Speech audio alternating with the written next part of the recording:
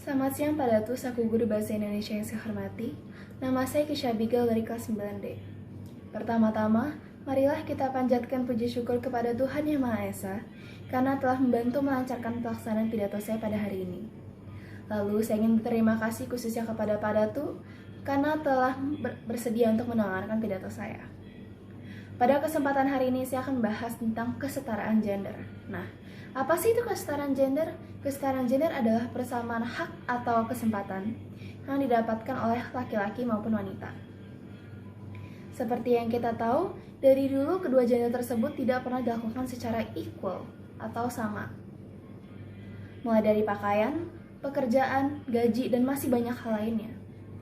Dari dulu banyak orang menganggap bahwa wanita kedudukannya lebih rendah daripada lelaki. Padahal kenyataannya salah. Wanita mempunyai kedudukan yang setara dengan laki-laki.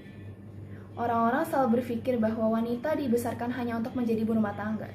Mau setinggi apapun pendidikan wanita tersebut, wanita hanya pantas untuk mengurus rumah, membersihkan rumah, mengurus anak, dan merawat serta melakukan semua perintah suami.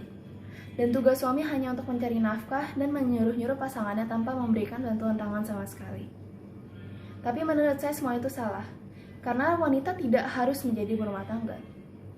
Wanita dapat menjadi seorang CEO, dokter, psikiater, dan masih banyak lagi.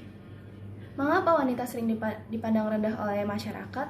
Sebab banyak orang berpikir bahwa wanita mempunyai fisik yang jauh lebih rapuh daripada laki-laki dan juga perasaan yang lebih emosional daripada laki-laki pada umumnya. Nah, banyak orang yang masih kurang mengapresiasi pekerjaan ibu rumah tangga karena menurut mereka itu adalah kewajiban seorang wanita. Dan itu juga merupakan tanggung jawab seorang ibu. Maka, tidak sedikit orang yang menolak untuk membantu pasangannya membersihkan rumah, mengurus anak, dan pekerjaan yang lainnya. Contohnya, banyak suami yang berpikir bahwa saya tidak harus menjaga anak saya, sebab itu adalah pekerjaan istri saya. Saya sehabis pulang kerja, saya masih lelah. Banyak orang yang berpikir seperti itu. Nah, tapi tidak sedikit juga wanita yang berpikir bahwa wanita juga derajatnya lebih rendah daripada laki-laki. Maka banyak wanita yang sering dibully, dicaci maki, direndahkan oleh pasangannya. Dan kebanyakan orang menganggap bahwa itu normal, karena memang kedudukannya lebih rendah. Jadi kadang-kadang tekanan semua itu menjadi masalah mental bagi beberapa wanita. Lalu banyak juga kasus tentang pakaian wanita.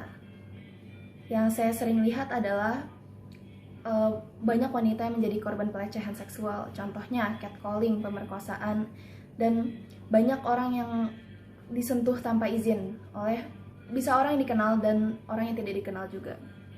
Dan saya juga sering melihat bahwa yang 80% itu membela, tetapi 20% masih banyak yang menyalahkan wanita karena pakaiannya.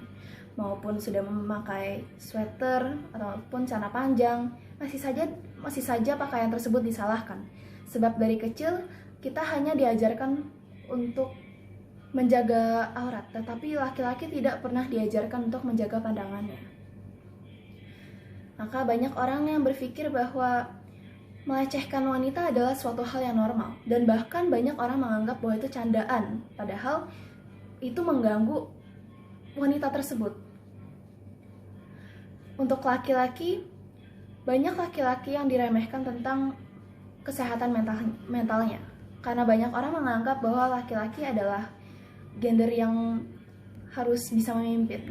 Jadi mereka sudah dilatih mereka sudah dipertanggungjawabkan untuk menjadi orang yang kuat secara mental maupun secara fisik.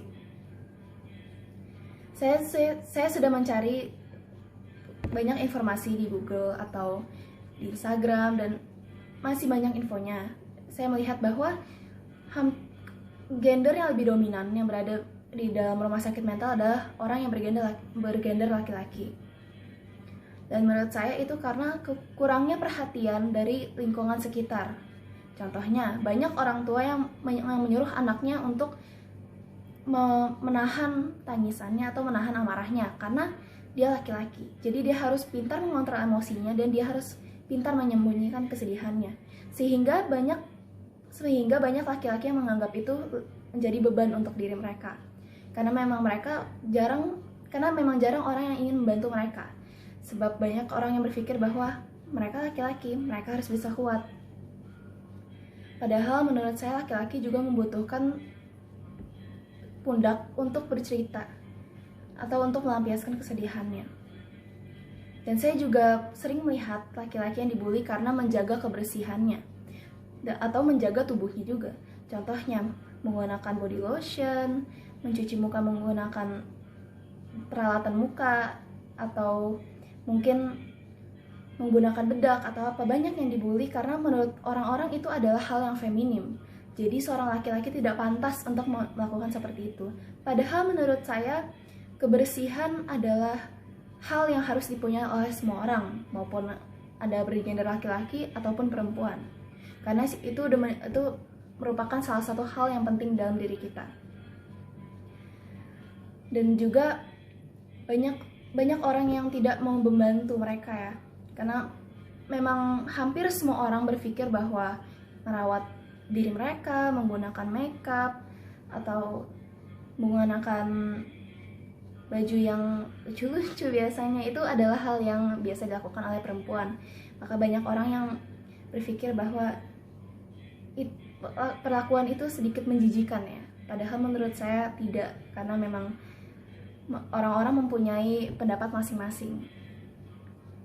Nah, menurut saya semua hal ini tidak mudah untuk dirubah, karena ketika Anda ingin lingkungan Anda berubah, Anda harus merubah diri Anda sendiri, dan tidak banyak orang yang ingin merubah dirinya, karena banyak orang yang sudah nyaman di dalam pikiran sempitnya. Nah, saya berharap bahwa pidato saya dapat menjadi pelajaran untuk tidak membeda-bedakan laki-laki dan perempuan. Dan sebenarnya kasus kriminal seperti catcalling atau sexual harassment itu juga terjadi pada laki-laki, dan juga sebaliknya. Seperti wanita, banyak yang mengalami tekanan dari kecil karena keluarganya menganggap dia untuk menjadi orang yang disiplin dan tangguh. Tetapi saya hanya membahas dari sisi gender yang lebih dominan. Saya maaf jika ada kata yang kurang berkenan di hati Anda, dan saya juga masih tahu bahwa pidato saya masih jauh dari kata sempurna. Saya ingin berterima kasih sekali lagi kepada Pak Datu karena sudah bersedia untuk mendengarkan pidato saya. Selamat siang dan Tuhan memberkati.